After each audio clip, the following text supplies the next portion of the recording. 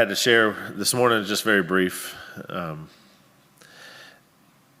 For years and years, I would, without even explaining it for years and years, I would just, people would ask me what I was doing on a weekend or something like that. And I was like, I'm going to a party.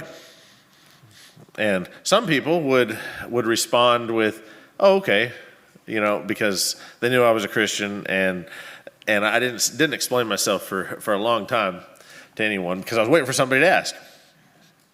And some people would ask, okay, well, yeah, where's the party? And I would tell them where it was, but I still wouldn't say anything about what was going on. And a few people said, hey, I'm interested in coming. And so I said, sure, you're welcome. It's wide open. And every now and then somebody would come with me, and they would get it, but we never talked about it. And but eventually I said it to someone who had a very negative opinion of partying. His mindset of partying was a very negative thing, and so he was bold enough to ask me. He's like, "What are you talking about?" So I said, yeah, just about every weekend we have one, usually two or three even parties that, and he's like, really, and he said, don't you think that doesn't I don't remember his exact words, but don't you think that kind of disagrees with your faith? And I said, no, that's what my faith is all about. And so I said to him, I said, why don't you come? And he's like, no, I won't do that. I said, well, if you're not comfortable, I can't remember how I put it. I said, you can come to the one that is a little more laid back. And eventually I did tell him. What I'm referring to when I say a party is a gathering of the people of God. When we come together to celebrate our freedom, we come to celebrate the joy of the Lord that has set us free, that has delivered us from bondages in our minds, from the controlling forces of depression and all different kinds of things like that, but also that gives us something to hope for, gives us this hope and this desire for knowing God. And so we were getting together on Fridays nights and Saturday nights and Sunday mornings every week. Virtually every week we'd have some kind of gathering on every night, but it was usually worship, where we get together, and sometimes we play volleyball and it turned into worship. You never knew what was going to happen. And so, over the years, it just became part of my terminology, and I referred to going to church as a party almost exclusively for many years. And I think it's vitally important for Christians to realize that most people when they party, are trying to achieve something that we have at our fingertips at all times.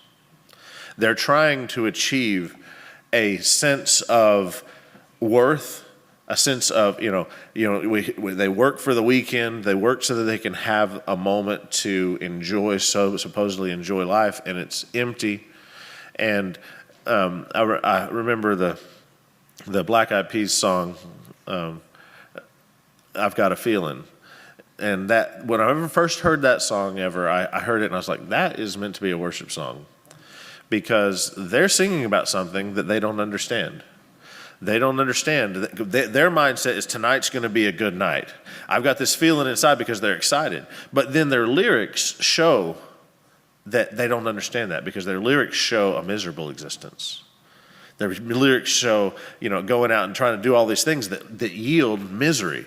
Their sinful lifestyle and their choices that they're singing about shows that they don't understand what a good night really is. That when you are in the presence of the Lord, and when you are a free person and you come to the Lord in that moment, you enjoy it thoroughly with no regrets and no downside, no negativity, because your life is not destroyed. You're not hungover. You're not miserable with regret. And so when I heard this song, I was like, that has to be a worship song. And then, lo and behold, I heard the Newsboys do it as a worship song one night. I was like, they got the same idea. And of course, changing the lyrics I think they just did the chorus. They didn't do the rest of the song. Eventually, I did write words to the rest of the song and do it that way. But so often, church is burdensome even on many believers to feel like they have to be there. It's not something that is that enjoyable, and not that every service is going to be a celebration that is fun and exciting in the sense that we're all just full of happiness, because there is a very, very serious and having the reality of understanding God's truth, His sovereignty in our lives, that He rules us, He governs us, He gives us instructions on how to live our life. And sometimes that's a slap down to our carnal way of thinking and our choices that we want to make. Sometimes it's a complete smackdown, says, hey, that's not acceptable.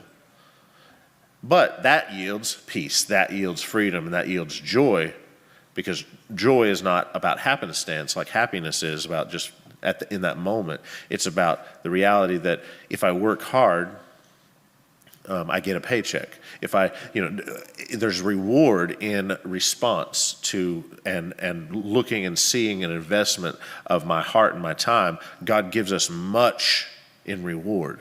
He says to come to Him, you must know that He is, and that He is a rewarder of those who diligently seek Him. So sometimes that diligently seeking Him is not always exciting. It's not always the most I just feel like studying the Bible, or I just feel like praying, or I just feel like going and fellowshipping with people. I'm kind of in a reclusive mood. It doesn't always feel like it's something you want to do, but you'll understand that when you diligently seek Him, when you really put your heart into it and your mind into it, that you are rewarded, and you're rewarded with not only many other things that are countless and you can't predict them. You're rewarded with Him. You're rewarded with who He is. You're rewarded with revelation and truth, and you're rewarded with the presence of God in your life that heals you. It heals you from the many different struggles and the many pains that you have to endure. And it gives you the ability to be a balm. The balm of Gilead. It gives you the ability to be able to do what God does and go into environments and situations that are very, very hard, because you're carrying the presence of God in your life. So, back to what I was saying about coming to and being with the people of the Lord and fellowshipping and worshiping, we really have to have our minds opened to this understanding that God really wants us to exhibit the celebration, the joy of what it is, what it really means to be free in God, because that's what encourages people. There are many people in this body, an extended group, that are hurting, and we can be that healing. But if we are downcast, if we're not actually lifted up by the presence of God, because we're not diligently seeking after Him and we don't have it, then we don't have much to give. And so that's an encouragement for us to recognize what it is, to have our mindset changed. Often freedom is simply just a perspective. If your mind is focused on the wrong thing, then you're not free to enjoy life. But if you shift it, like when you're going through a hard time, when you've lost a family member tragically or something, you can focus on the loss, or you can be grateful for the life that you experienced with them, and you can be grateful for the salvation that God gave them, and you can be focused on the gifts that God is doing and the strength He's giving you right then to move forward. It's all just a matter of mindset for freedom. Otherwise, you're in bondage to a fear or a pain, or just completely blinded to the joy and the peace that God wants to give you, because your mindset just has to be changed. And so that's freedom, just simply having that shift. And I've found that shift is almost always readily available, especially when you go into the presence of God. When you look at God, there is There's no shadow of turning in him. There is no hint of a darkness in him. He is 100% light. We talk about the glory of God, and we use these words and we throw them around, but it's the light.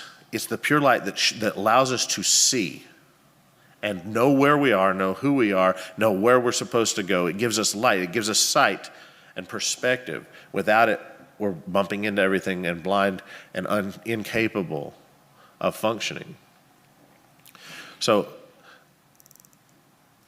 I still use the term. I don't use it exclusively anymore, but I still use the term a lot, and people don't get it most of the time about going to a party. But I still do look at it that way. It really is a celebration. It's a party to be with my brothers and sisters in the Lord, but especially to be in the presence of God. That is a celebration that was a gift that was given to us through a sacrifice that Jesus gave us, and a resurrection that gives us this ability to step into the Holy of Holies and be in the presence of Yahweh, the creator of the universe, to celebrate this with other people. This should be the biggest celebration, the biggest party, the true definition of what a party is.